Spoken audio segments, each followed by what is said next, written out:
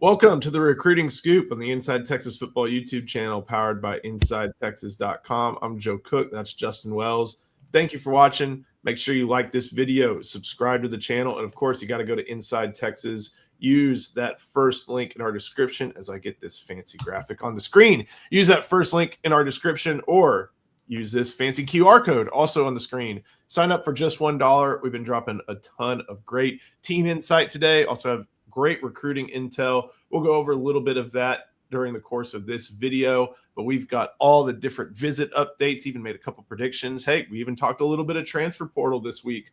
So come over to Inside Texas, join for just $1 with that first link in our description or at the QR code with the QR code at the top of the screen, where you can learn things first, like Easton Royal. Real quick before we get into our topic of Texas battling Texas A&M for some in-state prospects. Justin, you had a little nugget about Easton Royal. We know Texas is going to be in a battle to keep the Brother Martin High School five-star, one of the best, actually the number one wide receiver prospect in the country. But Texas is getting everything they can from this recruitment so far, scheduling multiple visits, and one just got put on the books too. Yeah, April 17th to the 19th. He's coming in for that weekend.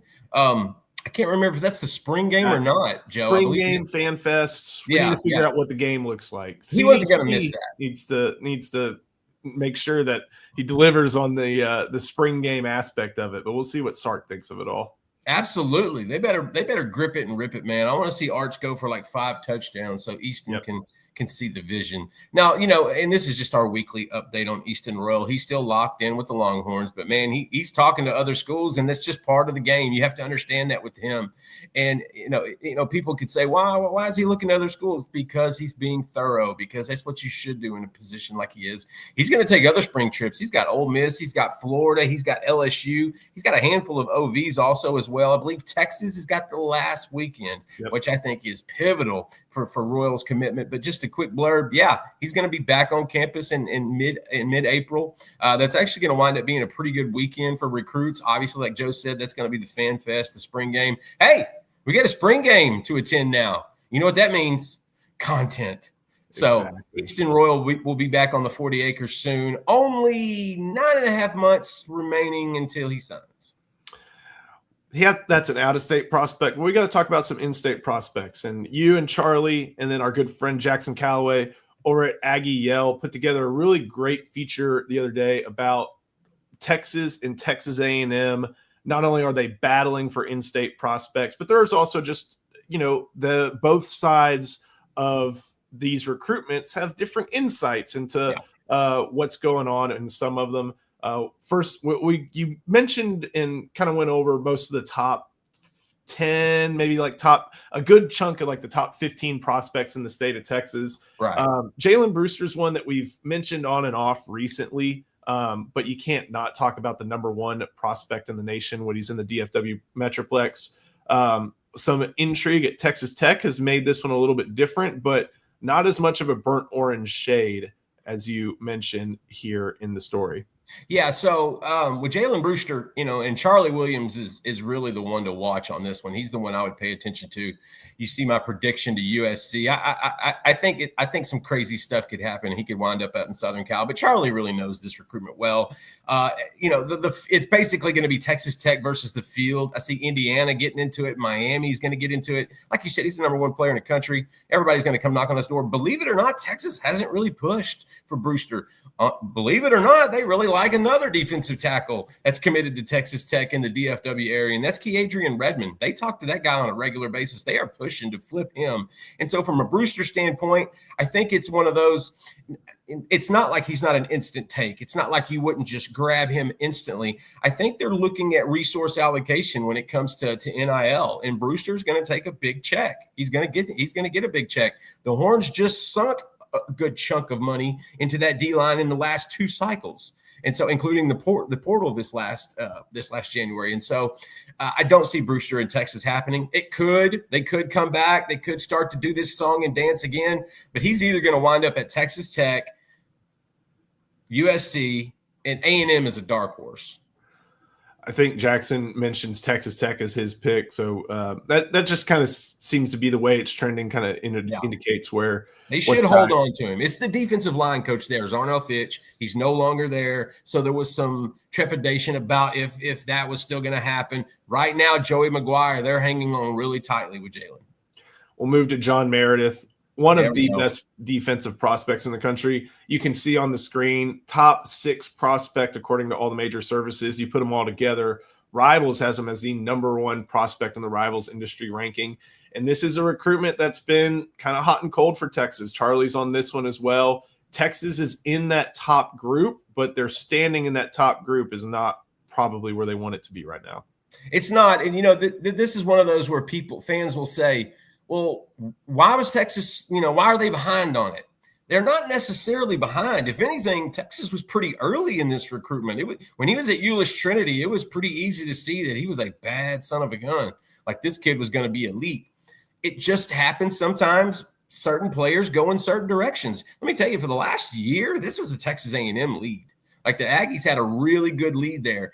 And I was actually talking to Jackson and a couple other A&M guys. If Jimbo Fisher's still the coach in College Station, John Meredith's probably committed to A&M right now. But it's Mike Elko, and he doesn't have that same stroke. He doesn't have that same snake oil salesman's thing to him. And so Texas really likes Meredith. Here's the thing. This one is nowhere close to done. With like Brewster, they're not really even interacting with Brewster. With Meredith, they're talking on a regular basis. He is coming in for a spring unofficial trip. He is expected. He told us last Saturday he is expected to take an official visit to Texas. Those dates are to be determined. Ohio State, I think, has taken the baton. Ohio State and Alabama. I think they've kind of taken the shift from A&M, and I feel like now it's kind of trending out of state. But Texas is not going to let up. If he does stay in state, I think it's going to be A&M.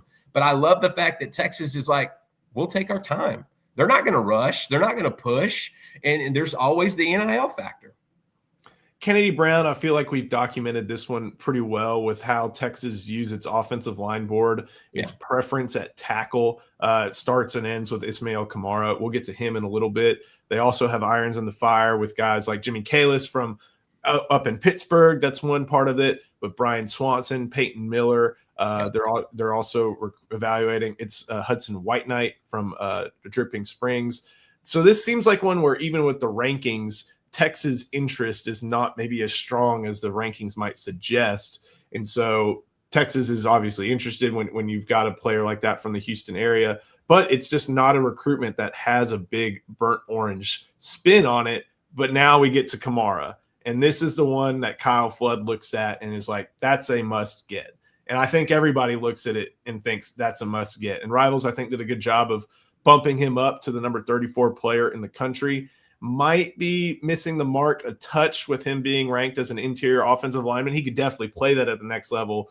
But this is someone where it's hard to find film of him. You got to go see him in person to see what exactly Kamara is. And I think if you look at it, if you go see him in person like you have, Justin, up in Gilmer, you'll see this is a bona fide 5-star prospect that Texas is in a good spot for. Texas is in a great spot. And the thing to just understand about Kamara is, he's kind of new to the process. He's been getting offers for well over a year, but he's still kind of new to this. He's only been to the States for 2 years. And so he enjoys the recruiting process. He is so respectful. I think some kids they take it for granted.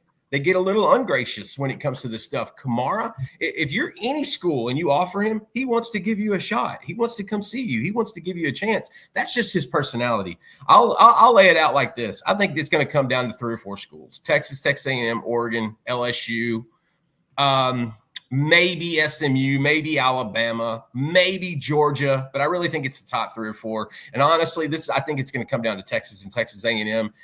He likes both those schools a lot. He's really connecting with the A&M players. He's got KJ Edwards was texting him with me on Saturday, the running back signee from Carthage. It's in College Station now. And so this is going to come down to Texas A&M. This is not what I would call an NIL recruitment, even though NIL is going to be massive in this decision. So real quick, and you'll see what I mean. Is he a U.S. citizen? Not yet. Okay. I think it is crazy. Right. There's a lot of moving pieces with that. It is unbelievable. Talking to his guardian, catching up with him on Saturday, it's been a 2-year process just to get stuff done. I had no idea how difficult it was to bring someone from. But long story short, he's trying to gain. I think the citizenship thing will hit. I want to say when he's 21. But he'll have the pass to be able to do what he's doing because he turned 18 last week. So for the next, I don't want to say a whole lot because I get that. It's over my head. But right now, no, he's not a U.S. citizen. Honestly, he actually is owned by the state of Texas. The state of Texas technically has his own, owns him, and his guardians are the rights, like maybe the rights.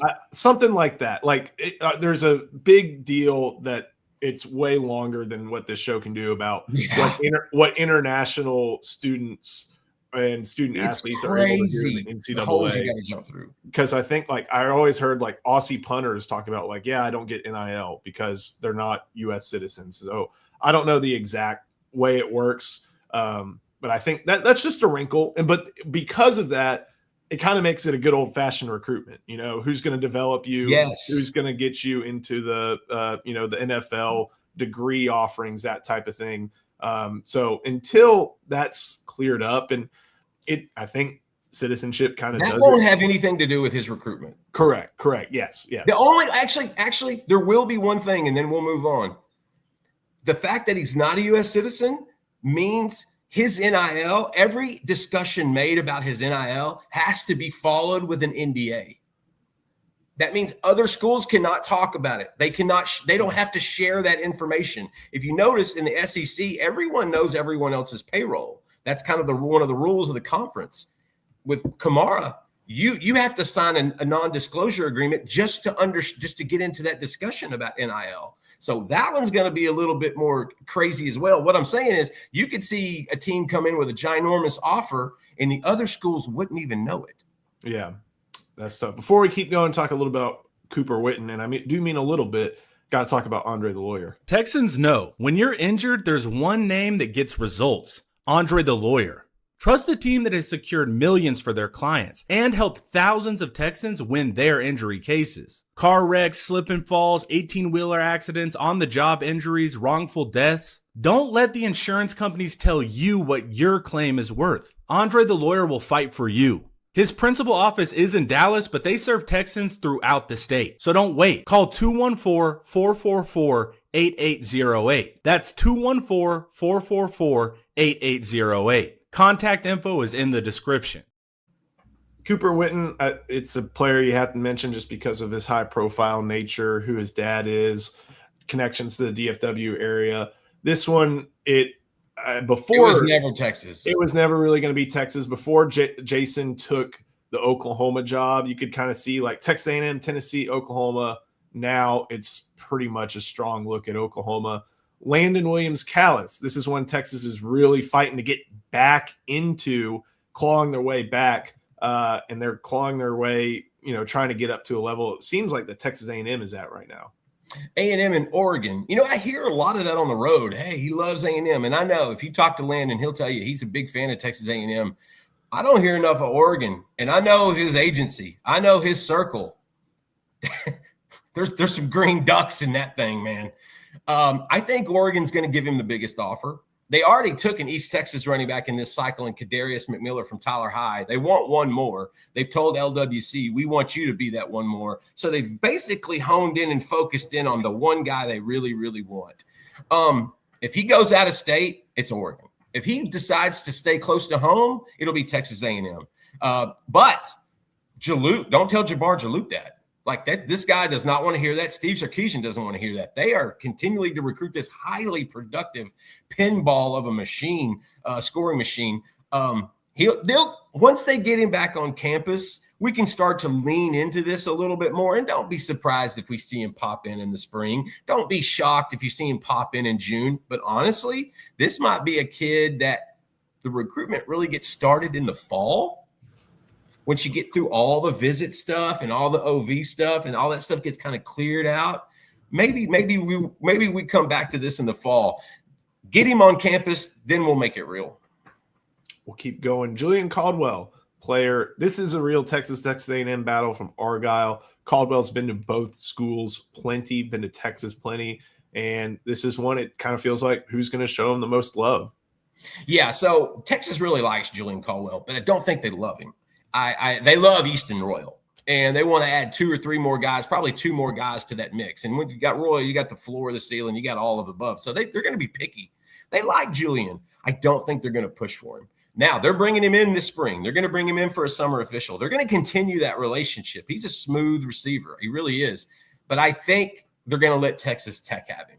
I think Texas Tech has done a great job in this recruitment. They're the ones pushing so much more than Texas and Texas A&M. So today, and these takes are from today, I think he winds up in Lubbock. That's going to be a really good receiver out there. As we continue down the list, don't have too many more to go, but we got to talk about one that's close to home for the Longhorns up in Pflugerville. Trey Moore, 6'2", 185. And this is a player whose recruitment's kind of been just quiet just because I don't think Trey's said a whole lot, but Texas has felt like it's in a good spot here for a while, it seems.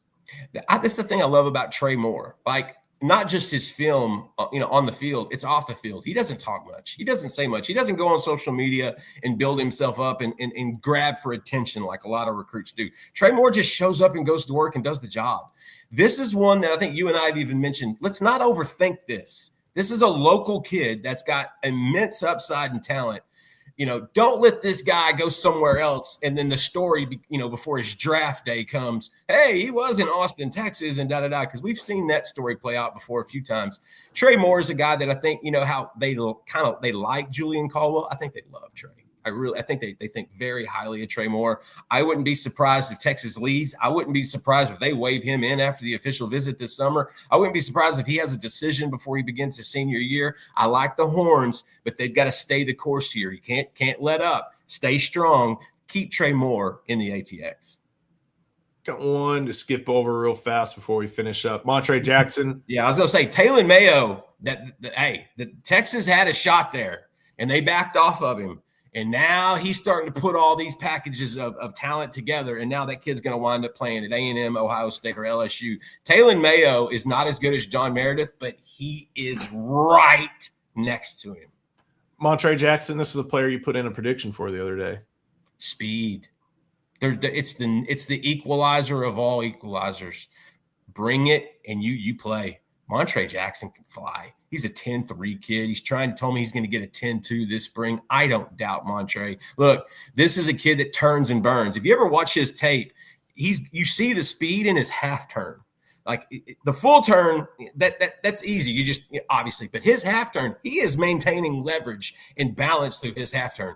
That is elite body control, Joe. This kid is it.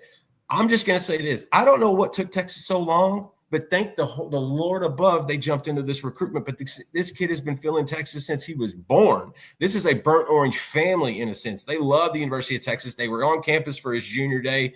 After that, man, I think Texas did everything they're supposed to. I feel like Montre Jackson's going to wind up in Texas. I think it's a no-brainer. Last but not least, Peyton Miller from Anna can play all 5 positions, probably fits in at, wherever he wants to at the next level. But I think one of the most versatile and accomplished and a player, weren't you saying he had to – I remember we had this discussion a couple weeks ago. Like he had to be under 287 throughout basically all of January and February for UIL wrestling. Now you see that 290 listing on the screen. This is someone who, once he doesn't have to make weight for wrestling, he's going to be north of 300 and going to be an even better prospect than he is right now.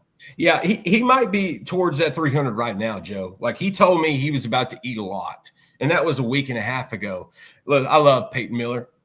I love a kid that you can play offensive tackle in high school and can play center in college. You don't find many of those guys, man. But Peyton's got it. He's got the size. He's got the wit. He's got everything you need. This is one that I think Texas A&M really wishes they were in on, but they're not. This is a Texas Tech battle. The Red Raiders were in this thing early. Texas was in this thing early. But I'm going to tell you right now, Charlie made a comment. Go scroll down just a hair. Charlie really summarized this best, I felt like. And I'm going to give Charlie total credit on this. Still, sources around the state continue to love Peyton Miller's upside. Right now, Texas and Texas Tech are battling for his services. But I don't see the Longhorns losing a player they want for the Red Raiders. Go down one more. Prediction. That's Jackson's. Go back up. I'm sorry. Yes, I've got Charlie's highlighted right Okay, here. I'm so sorry. I read Jackson's. Okay, Charlie's, real quick. The momentum has swung from Oklahoma to Texas Tech to Texas, and the Texas relationship has grown a lot. I'm buying the Longhorns here. It grew exponentially in that junior day because not only did they say, hey, we love you at center, they said, we need you to play early. And that right there clicked the trigger for Peyton Miller. Texas Tech is still going to get an official visit. A few other schools are as well, but I think he's Texas to lose. Hey, you can get all this insight and recruiting updates over on InsideTexas.com. Use that first link in our description. Use that QR code there at the top left of the screen. Sign up for just $1. We've been bringing it all week, all month, all year, and we'll be bringing it as we continue. Have some updated visitors lists throughout the weekend and a bunch of great Longhorns content. Watching the combine, watching these recruits go from the stars of tomorrow to the stars of today. So should be a whole lot of fun over there. Justin, thank you so much. Thank you for watching. We'll see you next time on Recruiting Scoop on the Inside Texas Football YouTube channel, powered by InsideTexas.com.